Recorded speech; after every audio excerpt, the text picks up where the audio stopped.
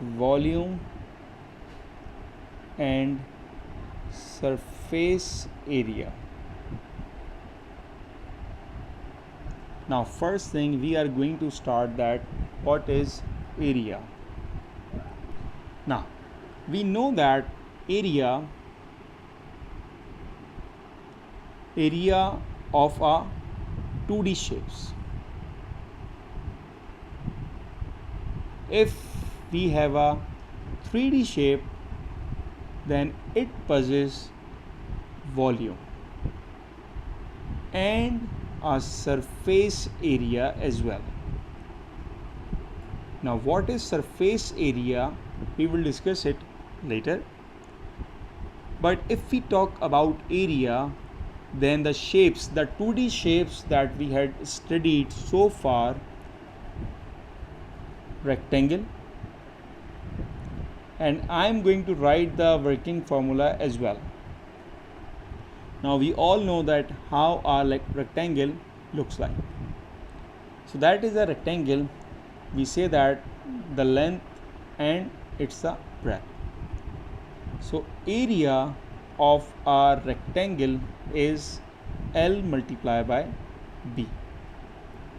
And if we talk about the perimeter, that is represented by P. Now in general we say that perimeter is sum of all sides, right? Now if we apply this principle on the rectangle, so if this length is L, it means it is also L. If this is B, this is also B. So we have a total of 2L plus 2B. If you take 2 common here, so it will be L plus B. That is the working formula of perimeter of a rectangle. You should write it down, all the working formulas on your copy as well. Now after rectangle, the second 2D shape I am going to cover is a square. Now what is a square? A quadrilateral in which all the 4 lengths are equal is called a square. The working formula of area of a square is length square. Whatever the length is, the square of this length is the area of a square. And if we talk about the perimeter, so perimeter is equals to, there are 4 lengths and each length is same, so it is 4L, right? Now after square, moving on towards the next shape, that is triangle. You all know how a triangle looks like. If we talk about area, so area is 1/2 base into height, and the base is this total length, and height is always at 90 degrees. That is your height. So that is the working formula of area of a triangle. If you talk about the perimeter, let's suppose this length is A and this length is C. The values may be different, but the concept remains same, that perimeter is equals to A plus B plus C. That is the perimeter of a triangle. Now after triangle, if we move another shape, so I am going to pick trapezium. Now what is our trapezium? Trapezium is a quadrilateral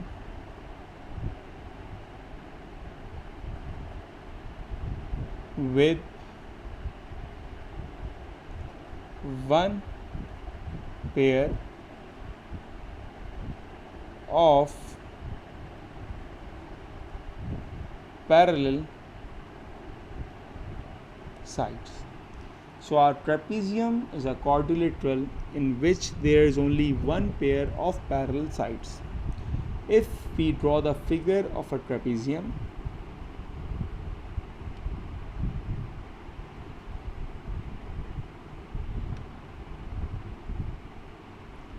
so that is a general description of a trapezium in which these two sides are parallel, and that is our height. So randomly I am going to assign the variable. I am saying that this length is A and this is B. Now the working formula. So the area of our trapezium is 1 upon 2 sum of parallel sides multiplied by height, right? And if we substitute the values that we suppose in our diagram, so it's A and B that are the parallel sides. So the trapezium working formula is A plus B times H. That is the working formula. And if you talk about the perimeter, so perimeter it's sum of all sides. So let's say I'm saying that if this length is L, so perimeter will be A plus B plus H plus L, right? So that is the working formula of a perimeter of a trapezium. Note it down and make sure that you write all the working formula at such place in your copy where you can find it easily, right? Alright, moving on to the next shape. The next shape is parallelogram.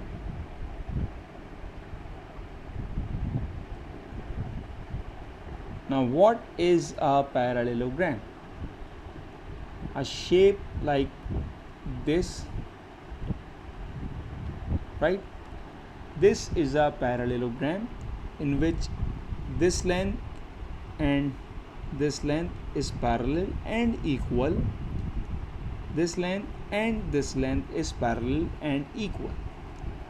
So if I say that it represents the base and the height must be perpendicular always.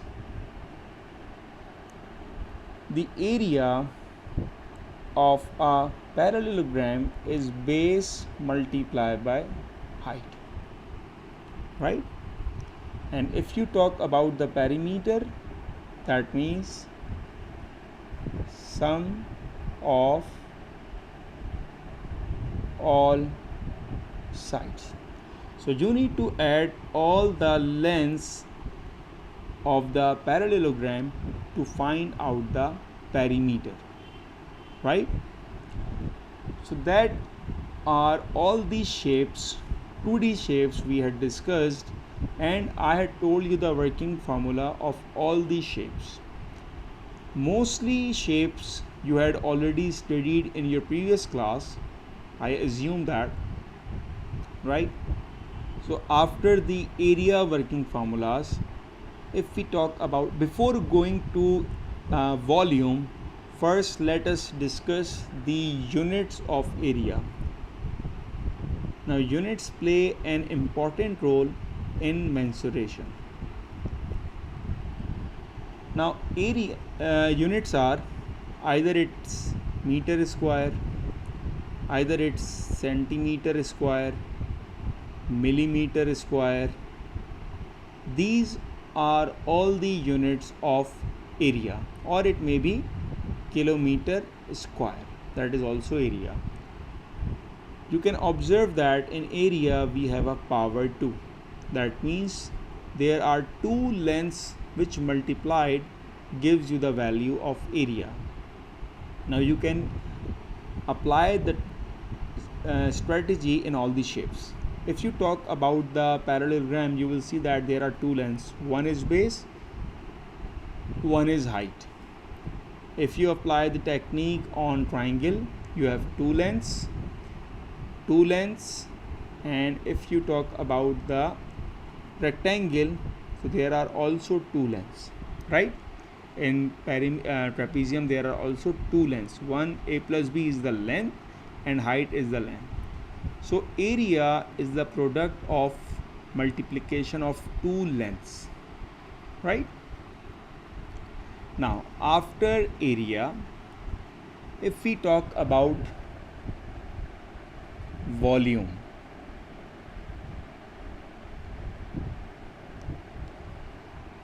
now volume is of 3D shapes. And what do you mean by 3D shapes? Let's suppose we have a cube.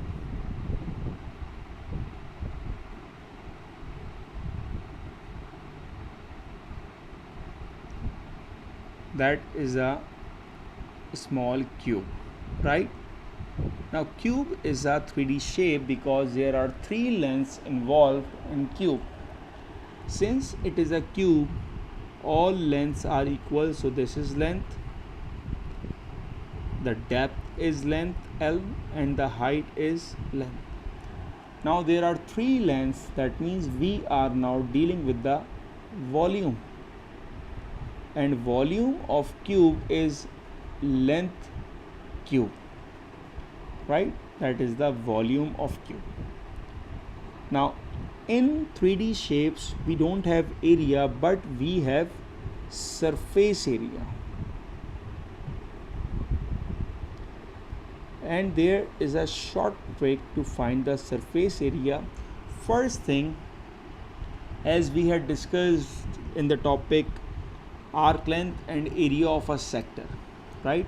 Just a recall. In that topic I had told you that area is our friend, that is very easy to find out, and perimeter is our enemy because it changes in every question, right? The working of area in that topic was very easy because you need to apply the working formula, and it is same for all questions, right? The shaded area. But for the perimeter you need to highlight the shaded boundaries and then you need to add them together. So that is why I referred area as our friend, easy to find, and perimeter enemy because the formula is not fixed. Similarly, for volume, I say that volume, to find out volume is very easy. So we refer volume as our friend. You need to apply the working formula and you can easily get the value of volume. But if we talk about surface area, so like the perimeter, it's our enemy. And now you will get the logic why I am saying that it is our enemy, because its working formula is not fixed in every question. Now how you find the surface area? There is one short principle that I apply to find the surface area. Faces that you can touch. Now faces that you can touch in your mind will include for surface area. Let me give you an example here. Let's say I made a shape and that is a cone, right? Now listen to me very carefully. If I say that, can you touch this part of the cone? You will say yes. If I say, can you touch this bottom part of the cone? You will again say yes. That means these both faces will be considered for surface area. But if I make a cone and below that cone I will join another cone. Now if I ask, can you touch this area? You will say yes. Can you touch this area? You will say yes. But can you touch this area? So it's a no. We cannot touch this area because two faces are joined together. So that means if you need to find out the surface area of this shape, it will be only this one and this one. See the difference? So keep in mind, to find the surface area you need to visualize the faces that you can touch easily. And trust me, this is the most important technique that make your chapter very easy. Keep in mind, whenever you are finding volume, it's very easy. Just apply the formula and find the volume. Whenever you are finding the surface area, keep in mind, take a close look at which faces you can touch. If you can touch it, you will include it. If you cannot touch it, you cannot include it in the working formula. Right? Now, so if I say the surface area of that is our cube. That is cube. Now you see that in a cube it is a rectangle, right? Front and the back, right side and the left side, top and bottom. So basically we have 6 rectangles, and the working formula for area of a rectangle is length into breadth, that is length times length. So it's length square. That is the working formula for surface area of a cube. Similarly, after cube, if we talk about cuboid. Now cuboid is what? It is a rectangle in 3D shape. So let's say we have a rectangle and we need to make it in 3D.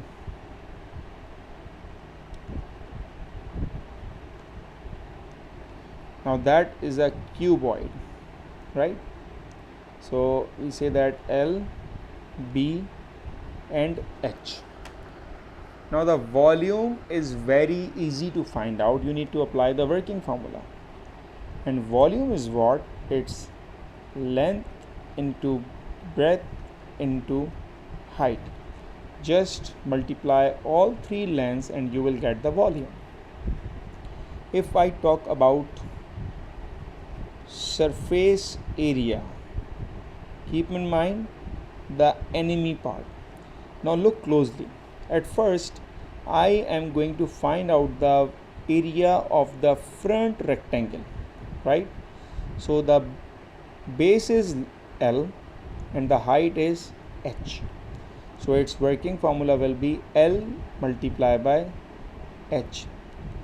Area at the front and area at the back, they are equal. 2 identical rectangles, so it will be multiplied by 2. Similarly, if you take a look at the right rectangle, this one, so the area is what? Base times height. So area is base times height, and this rectangle and this one, they are same, so you need to multiply it by 2 as well. For the last one, the top face, if you look at the top face, so this length is L and this length is B, right? So area is L times B, and you need to multiply it by 2 because the top and the bottom rectangles are same, so it will be multiplied by 2. So that is the working formula of surface area of a cuboid. Make sure that you are writing all the working formulas in your copy. Now after cuboid, moving on to the next shape, that is cone. Now you all know cone very well, right?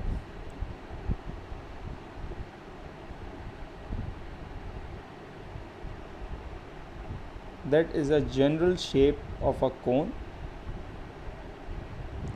In a cone, we have a radius from the center to circumference. We have a radius.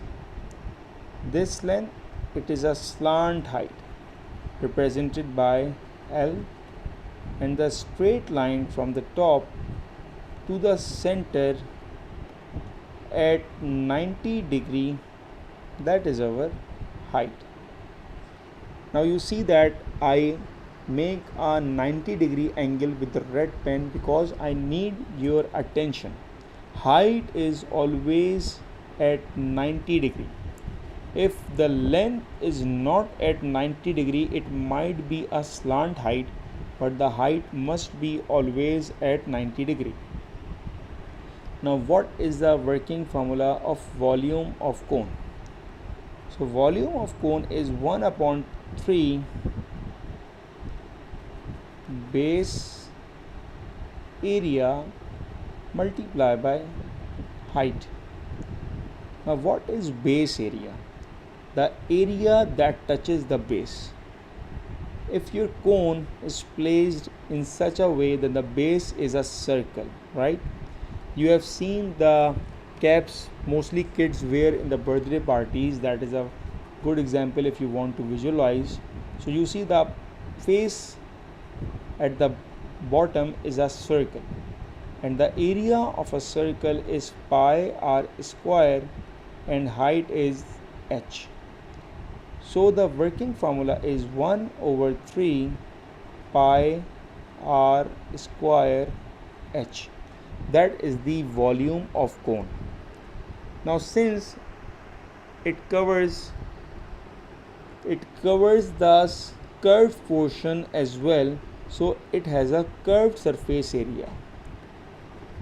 Before cone we did not study the curved surface area because these two shapes don't have any curved length, but the cone has the curved length. That is why we need to study the curved surface area. Curved surface area. Now the curved surface area, the working formula is fixed. The curved surface area of a cone is pi r length. Keep in mind that this length is slant height. Slant height, right? Don't mix it with the height. Height should be at 90 degree. And one more thing I need to tell you at this step. You can see that we have a right angle triangle here, so we can apply Pythagoras theorem as well, right? In some question, to find the volume you need to find the value of height, and to find the value of height, length and radius are known, so you can find the value of height by using Pythagoras theorem. You need to remember, whenever you have a right angle triangle, you can apply Pythagoras theorem. Now after the curved surface area, we need to find total surface area. Now total surface area is what? It is basically the curved surface area, or you can say the faces that you can touch. If you see the cone, so you can touch this part, right? So this part is basically curved surface area, and you can touch the bottom part as well. So the bottom is area of a circle. So the total surface area, it will be curved surface area plus area of base. Now the curved surface area is pi r l plus area of the base is pi r square. And let me tell you again that this working formula is not fixed for every question. It depends on the question. Keep in mind that this is our enemy. So whenever the question asks about the total surface area, you cannot apply the working formula directly. You need to observe the figure that which faces we should consider, right? Alright, so after cone, the next shape is cylinder. Now the best example to visualize a cylinder is your soft drink cans, right? Pepsi, Mirinda, etc. So the best example is your soft drink cans. You can visualize it, right? So first thing about the front part, that means volume. If I highlight the length, so that is radius, that is height. Now the volume is pi r square h. That is the volume of cylinder.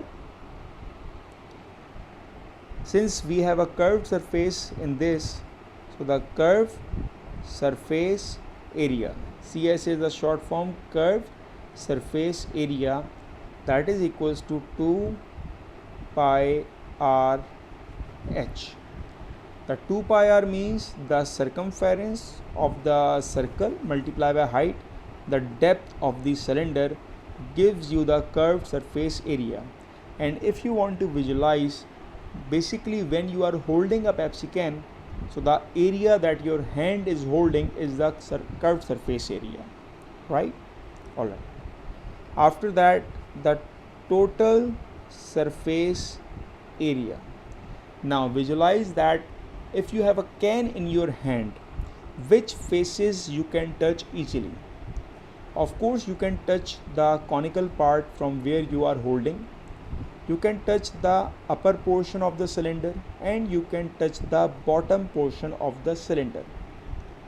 That means the total surface area is equals to the curved surface area, that is 2 pi r h, plus upper portion, that is pi r square, plus bottom portion, that is pi r square. So it will be 2 pi r h plus pi r square plus pi r square, it's 2 pi r square. So that is the total surface area of a cylinder. I hope that you got the idea about the curved surface area and the total surface area.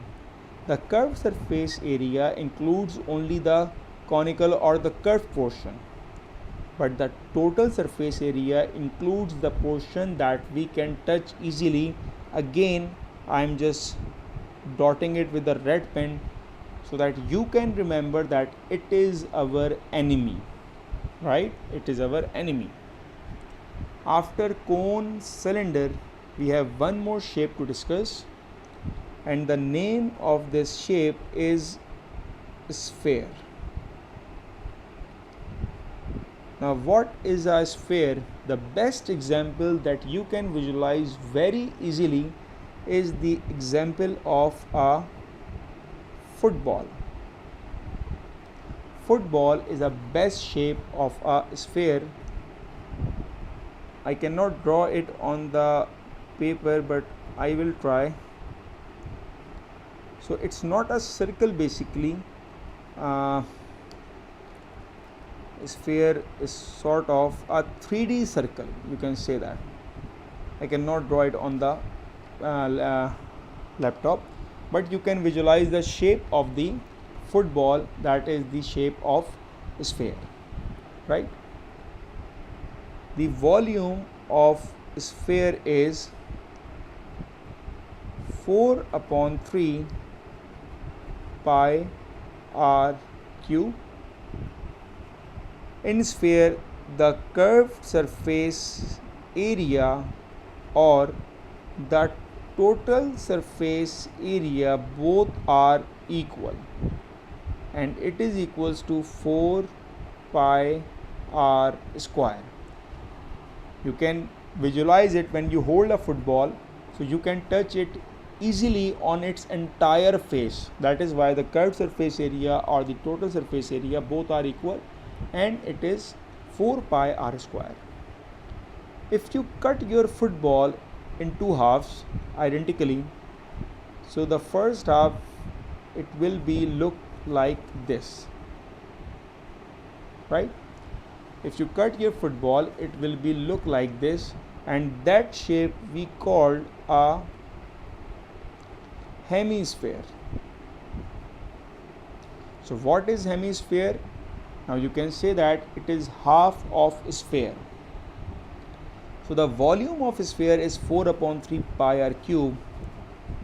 So the volume of hemisphere will be 4 upon 3 pi r cube, and you need to divide it by 2 because it is exactly half of a sphere.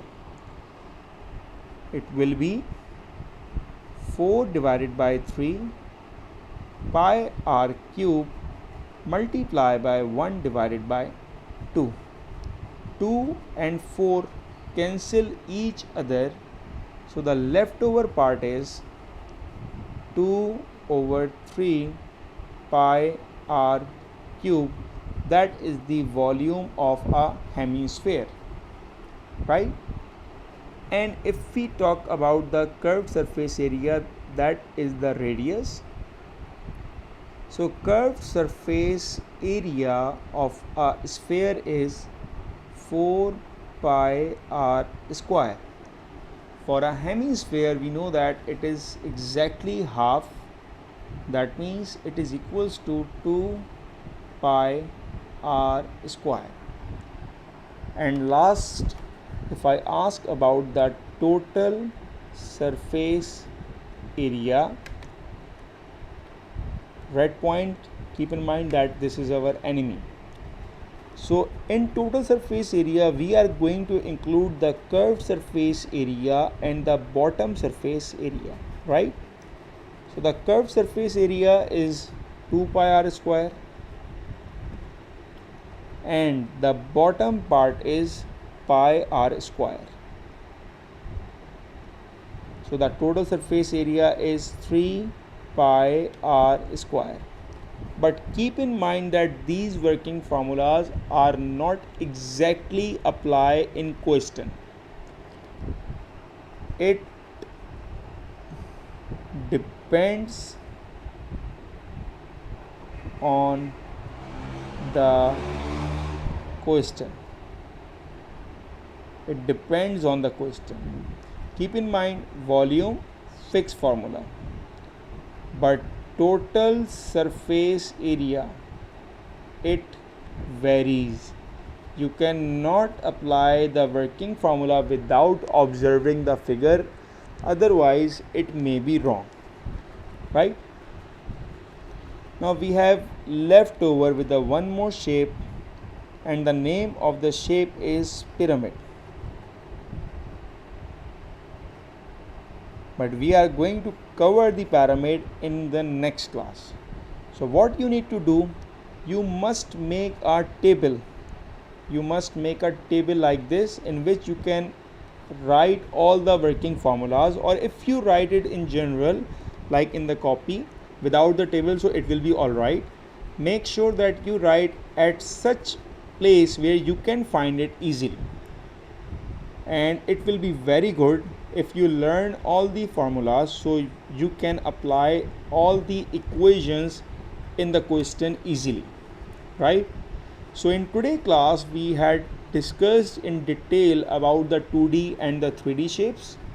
In 2D, we just find the area and perimeter, and in 3D shapes, we find the volume and surface area, right? Inshallah, in next class, we are going to continue with the pyramid. Till then, it will be good if you learn all the working formulas. So till then, take care and Allah Hafiz.